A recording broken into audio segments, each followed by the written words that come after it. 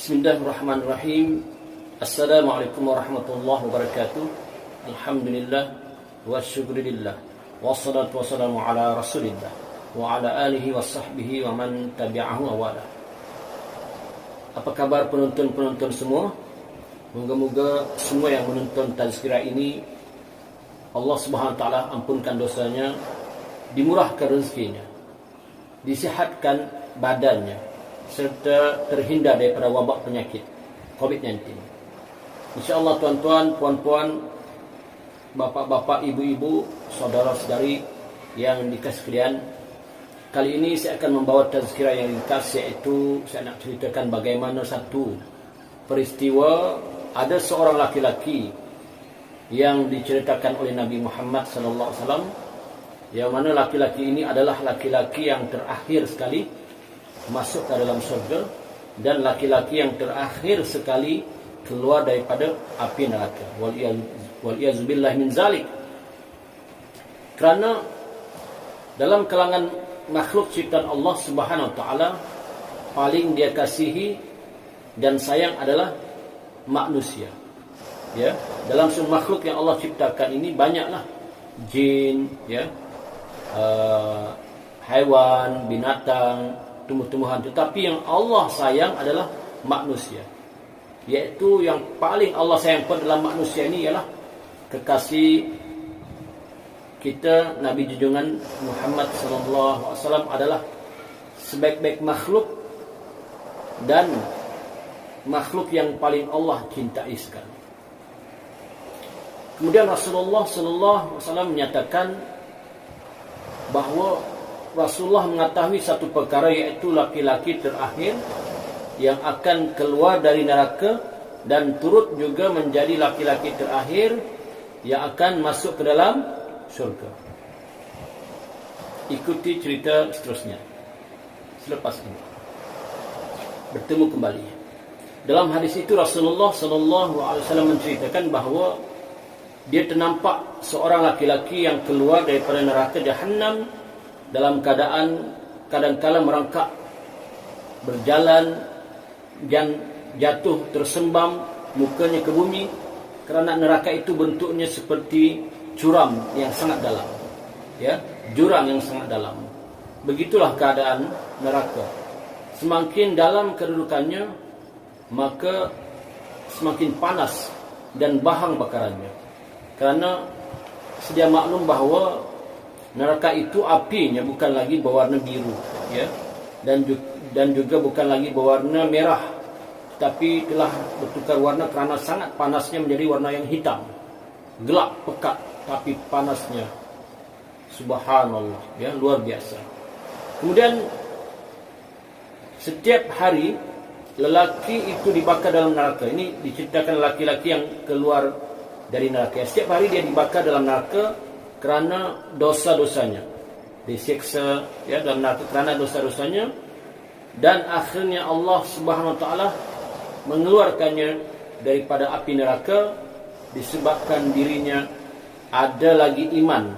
Dalam diri laki-laki itu masih tersisa iman, walaupun imannya sebesar zarrah. Jadi tuan-tuan, orang yang beriman walaupun imannya sebesar zarrah, insya-Allah setelah masuk dalam neraka kerana perbuatan mungkar, dosa-dosa ketika di dunia itu, maka Allah SWT nanti akan keluarkan daripada syurga. Yang penting dia masih ada iman, dan yang penting jangan syirik, jangan kufur, jangan menyekutukan Allah, ya. Tidak syirik, tidak kufur, tidak menyekutukan Allah, tidak kafir, insya-Allah. Kalau dia beriman, walaupun imannya sebesar zarah, tetapi dia melakukan dosa kepada Allah Subhanahu wa taala, setelah masuk ke dalam neraka, disiksa, diazab, akhirnya lambat laun Allah Subhanahu wa taala akan keluarkannya daripada neraka. Berapa lama? Wallahu a'lam. Tetapi janganlah kita berniat, ya, bahawa kita masih beriman dan akan melakukan dosa, satu masa nanti Allah akan keluarkan daripada neraka juga. Jangan, tuan-tuan. Kerana siksa neraka itu, ya Allah, walaupun orang yang masuk neraka itu tidak masuk neraka, hanya di luar sahaja, bahang panas api neraka itu akan membakar orang yang berada di tepi-tepinya. Ini tak masuk lagi bahang panasnya itu. Betapalah kalau dia masuk ke dalam neraka, wali'azubillah min zalik. Dan sesaat di dalam api neraka itu sudah menjadi penyiksaan kepada orang yang masuk neraka. Subhanallah. Dan seringan-ringan azab dalam api neraka itu adalah memakai kasut ataupun selipar ataupun capal yang terbuat daripada api neraka, yang terbuat daripada besi api neraka. Sesiapa yang memakai selipar itu, maka akan mendidih otaknya. Subhanallah. Ini diceritakan oleh Rasulullah dalam hadis Nabi Muhammad SAW. Orang yang memakai teropah itu selipar itu akan mendidih otaknya. Bayangkan tuan-tuan, memakai selipar menyebabkan mendidih otak. Subhanallah. Itu seringan-ringan siksa dalam api neraka. Jadi kalau boleh kita memohon pada Allah, janganlah masuk neraka walaupun sebentar. Ini yang saya nak ceritakan ini adalah hadis Nabi Muhammad SAW. Kerana Nabi melihat ada seorang laki-laki yang keluar daripada api neraka, laki-laki yang terakhir, keluar merangkak, berdiri, berjalan, kemudian jatuh tersembam. Kemudian begitulah kasih Allah Subhanahu Wa Taala kepada hamba-hambanya. Walaupun lelaki itu paling akhir masuk surga, tetapi dia tetap dinanti-nantikan serta dialu-alukan oleh Allah Subhanahu Wa Taala untuk masuk ke dalam surga.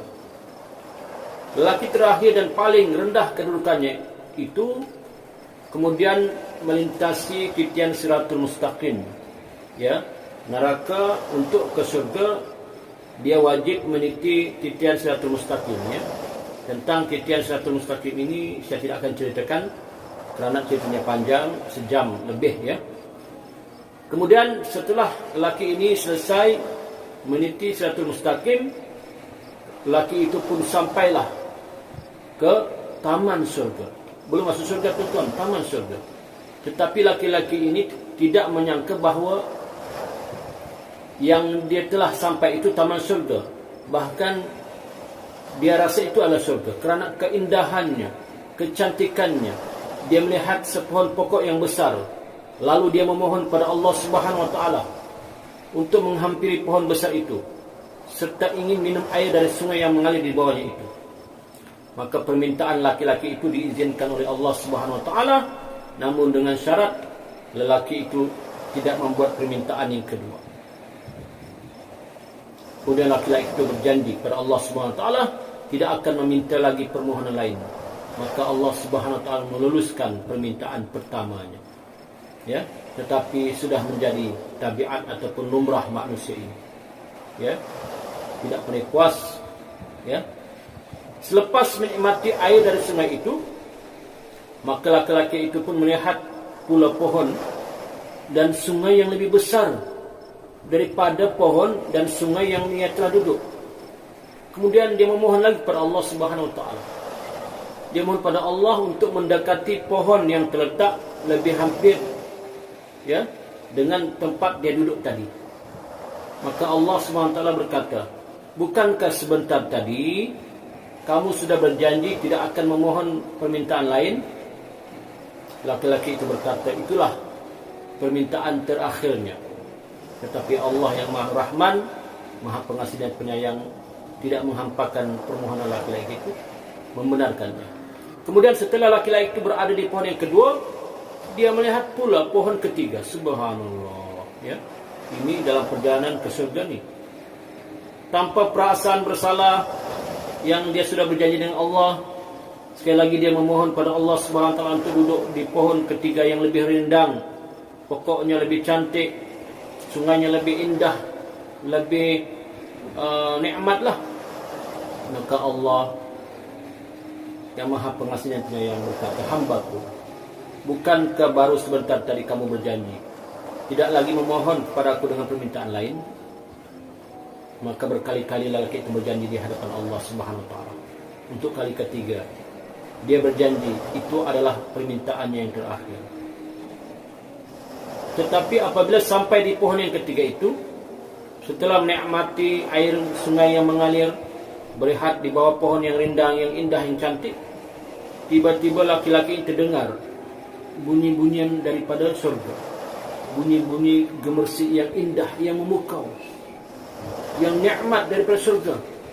Lalu laki-laki itu berkata, "Ya Allah, itukah surga? Masukkanlah aku ke dalam surga ini, ya Allah." Ini permintaan laki-laki yang keempat. Nampak? Ya? Permintaan laki-laki yang keempat. Walau bagaimanapun Allah yang Maha Pengasih dan Maha Penyayang membenarkan laki-laki itu untuk masuk ke dalam surga. Tetapi ketika laki-laki itu sampai ya ke dalam surga, dia mendapati di dalamnya sudah penuh. Sudah penuh.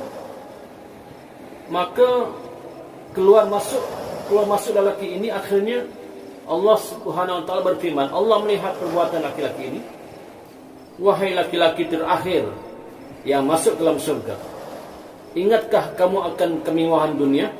Maka Allah membocorkan pada laki-laki ini bahawa dialah laki-laki yang terakhir masuk ke surga, dan juga bermakna laki-laki yang terakhir keluar daripada api neraka.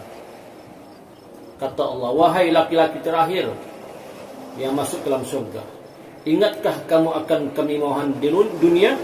Ingatkah kamu akan kemewahan dunia?" Ketika Allah Subhanahu wa taala menyebut pada laki-laki itu kedudukannya sebagai orang terakhir masuk dalam surga, kemudian Allah kurniakan nikmat 10 kali ganda nikmat surga. Subhanallah, tuan-tuan.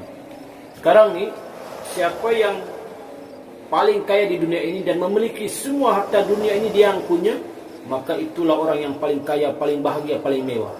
Tetapi Allah anugerahkan kepada laki-laki ini 10 kali ganda nikmat orang yang paling kaya di dunia itu. Subhanallah. Laki-laki itu berkata, "Wahai Tuhan, ya Allah, kenapa saya dipersendahkan sedangkan Engkau itu adalah Tuhan sekalian alam?" Laki-laki ini ingat dia ini dipersendahkan oleh Allah Subhanahu wa taala.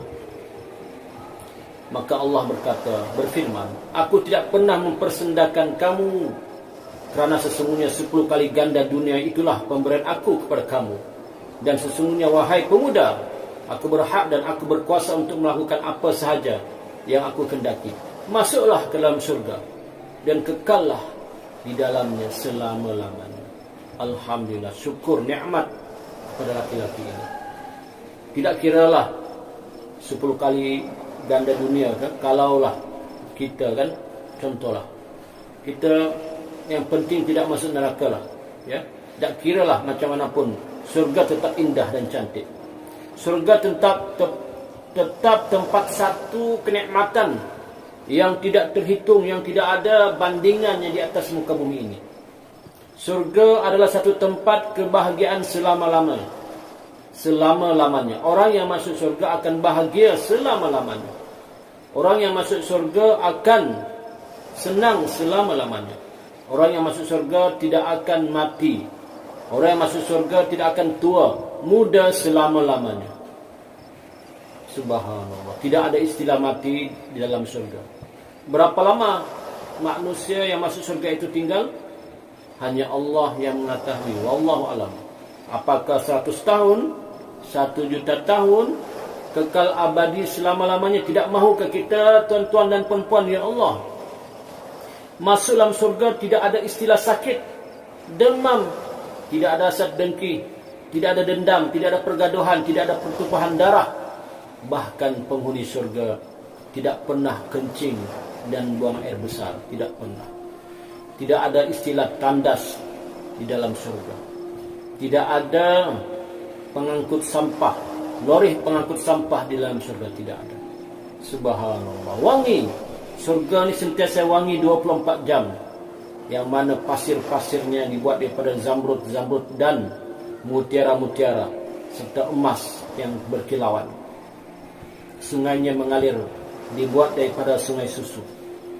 Nikmat, subhanallah. Sungainya mengalir dibuat daripada sungai madu. Nikmat, subhanallah. Sungainya mengalir dibuat daripada arak. Nikmat, subhanallah.